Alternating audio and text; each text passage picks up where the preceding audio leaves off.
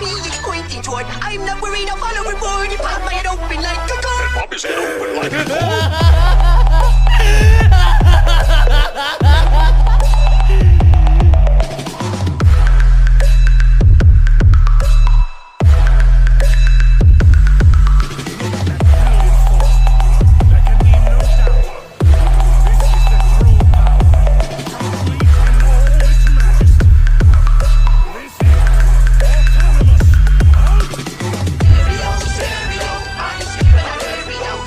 तो guys episode चालू हो उससे पहले ही बता दूं कि ये जो एपिसोड होने वाला है ये एक अल्टरनेट एपिसोड होने वाला है।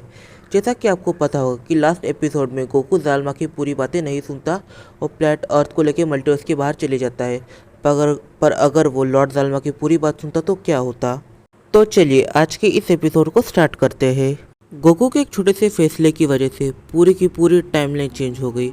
इस टाइमलाइन में गोकू लॉर्ड जालमा की पूरी बात सुनता है और आखिर में लॉर्ड जालमा गोकू को एक ऑफ़र करते हैं। वो कहते यहाँ पे हम 3 सुप्रीम गॉड हैं, पर तुम चाहो तो हम तुम्हें एक अच्छी पोस्ट दे सकते हैं जो हमारे लेवल की होगी और हम लोग यूनिवर्स 7 को इरेज बिल्कुल भी नहीं करेंगे। पर इसके बदले में ग्रैंड प्रिस्ट और जेनो दोनों ही इस मल्टीवर्स में आ जाएंगे और तुम्हें ग्रैंड प्रिस्ट और जेनो इन दोनों से लड़ना बिल्कुल भी नहीं है। गोकू कहता है कि मैं उन्हें अपने मल्टीवर्स में आने दूंगा, पर इसके बदले में उन्हें शांत रहना है, उन्हें बार बार मुझसे झगड़ा वगैरह नहीं करना है। और रही बात, मैं एक छोटे से सफ़र पर जा रहा हूँ। मैं ज़रा सा अलग अलग चीज़ों को एक्सप्लोर करना चाहता हूँ। मैं कुछ टाइम के लिए इस मल्टीवर्स से बाहर रहने वाला हूँ, तो मैं नहीं चाहता कि मैं इस मल्टीवर्स से बाहर हूँ तो प्लेनेट अर्थ को कुछ भी हो। ये पूरी जिम्मेदारी मैं तुम पर सौंप रहा हूँ। गोकू जाए उससे पहले ही जेनो, ग्रैंड प्रिस्ट और जालमा गोकू इन चारों की मीटिंग होती है। इस मीटिंग में गोकू को इन तीनों की दुख तीरथ पता चल जाती है। गोकू को ये पता चल जाता है कि जो जालमा है उसके पास बस एंटी मैटर की पावर है, वो फिजिकली इतना पावरफुल नहीं है। जेनो के पास पूरी मैटर की पावर है, इसका मतलब कि वो फिजिकली पावरफुल है पर वो कोई भी चमत्कार वमत्कार नहीं कर सकता। ग्रैंड प्रिस्ट के पास 50% मैटर और 50% एंटी मैटर पावर है। देखा जाए तो ग्रैंड प्रिस्ट जालमा और जेनो इन दोनों से काफ़ी ज़्यादा पावरफुल बन सकता है अगर वो उसकी 50% एंटी मैटर की पावर को मैटर में कन्वर्ट कर दे या फिर अपनी एंटी मैटर की पावर को मैटर में कन्वर्ट कर दे। असल में गोकू अपने सफ़र पे निकल जाता है। गोकू किसी को भी नहीं बताता कि वो कहाँ पर जा रहा है, पर गोकू अपने मन में ही सोच रहा था तो इन्हें सरपास करना इतना भी ज़्यादा मुश्किल नहीं है जितना मैं सोच रहा था। गोकू अपने सफ़र में मल्टीवर्स के बाहर की चीज़ों को एक्सप्लोर करने लगता है। इसमें गोकू के काफ़ी सारे नए दोस्त बनते हैं। गोकू यहाँ से काफ़ी सारी ऐसी चीज़ें सीखता है जो उसे बाकी चीज़ों पे सीखने नहीं मिलती।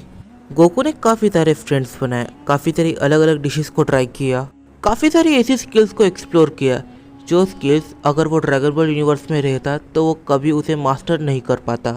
गोकू का असली मकसद तो पावर्स को गेन करना था। इसकी वजह से वो काफ़ी सारे ओपोनेंट से लड़ता है और ऐसे ओपोनेंट को ढूंढता है जो उसे वर्ती बैटल कर सके, पर ऐसा ओपोनेंट उसे नहीं मिलता। एक स्ट्रॉन्ग ओपोनेंट से लड़ने के लिए गोकू खुद के ओपोनेंट्स को स्ट्रॉन्ग करने की भी कोशिश कर रहा था।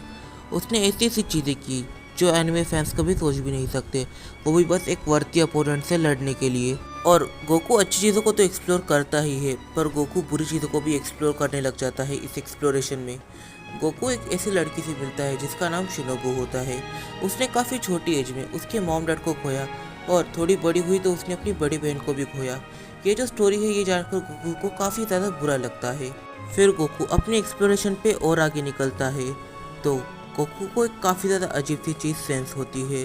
ये की असल में एक सैयन की है और ये सैयन भी गोकू की तरह उस ब्लैक ट्रांसफॉर्मेशन को अचीव करने में कामयाब रही है। गोकू उस सिग्नेचर की तरफ बढ़ता है, तभी वो और एक चीज़ सेंस करता है, उससे भी ज़्यादा पावरफुल सिग्नेचर की। वो भी एक सैयन की सिग्नेचर की होती है, पर वो उससे भी डरावनी थी और उससे भी ज़्यादा पावरफुल थी। जब गोकू उस की का पीछा करता है तो वो एक ऐसी दुनिया में पहुंच जाता है जिस दुनिया में वो अपनी काफ़ी सारी टेक्निक्स का यूज़ नहीं कर पा रहा था, जैसे कि इंस्टेंट ट्रांसमिशन। गोकू यहाँ पे ठीक से उड़ भी नहीं पा रहा था, इसलिए गोकू पैदल चलने का डिसाइड करता है। गोकू एक ऐसी जगह पे पहुँचता है जहाँ पर काफ़ी सारे घर थे। गोकू बस उस पावरफुल की के पीछे चले जा रहा था। गोकू को अभी तक नहीं पता कि वो रास्ता किधर को जाता है। गोकू को एक काफ़ी ज़्यादा अजीब और डरावना सैन दिखता है और वो सैन गोकू के पास आता है। वो सैन गोकू से कहता है, तुम मुझे इस दुनिया के लगते नहीं हो, तो पता तुम कहाँ से आए हो? कहीं तुम उन 3 बंदरों के साथ गए हुए सयन तो नहीं? एक मिनट, तुम्हारे पास तो टेल ही नहीं है। तुम्हारी टेल कहाँ पर है? तुम एक सयन ही हो ना? वहाँ पर खड़े सारे ही सेंस गोकू को घूरने लग जाते हैं। वो सारे सेंस गोकू को ऐसे घूर रहे थे जैसे कि वो सारे गोकू से डिसअपॉइंट है। गोकू इन सब के ऐसे घूरने से अपने आप को काफ़ी ज़्यादा अनकम्फर्टेबल फील करने लग गया था। गोकू कहता है, मैं असल में इस मल्टीवर्स के बाहर से आया हूँ और मुझे अपनी टेल को काटना पड़ा है।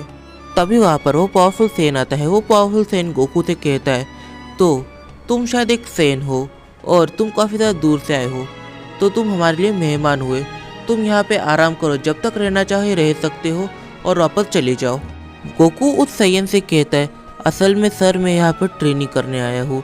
मैं यहाँ पर आया हूँ ताकि मैं काफ़ी सारी पावर्स गेन कर सकूँ। क्या आप मुझे ट्रेन करेंगे? गोकू ये सवाल पूछता है। वो पावरफुल सेन गोकू से कहता है, मुझे ऐसा लगता है कि तुम काफ़ी दूर से आए हो, तो तुम थक गए होगे। तुम 2-3 दिन आराम करो, फिर तुम हमारे साथ ट्रेनिंग पे आ सकते हो। और तुम्हारी ट्रेनिंग स्टार्टिंग से स्टार्ट होने वाली है, तो अपने आप को मेंटली अच्छे से प्रिपेयर कर लो पहले से ही। इस वीडियो में काफ़ी सारे सवाल निकल के आते हैं, जैसे कि क्या ये सारे ही सेंस गोकू को एक्सेप्ट करेंगे, और ये सबसे पावरफुल सेन है, इसकी पावर कितनी होगी, क्या गोकू इसे सरपास कर पाएंगे? ये सारे सवाल के जवाब हम जानेंगे अपने आने वाले कुछ वीडियोस में। तब तक के लिए बाय बाय। और मुझे इंस्टाग्राम पे फॉलो जरूर से कर लेना, लिंक नीचे डिस्क्रिप्शन में दिया हुआ है। वीडियो पसंद है तो वीडियो को दे लाइक और चैनल को दे सब्सक्राइब, और इस वीडियो को अपने फ्रेंड के साथ शेयर भी कर देना, और एक अच्छा सा कमेंट नेक्स्ट पार्ट जल्दी लाने के लिए। तो मिलते हैं अपनी अगली वीडियो में।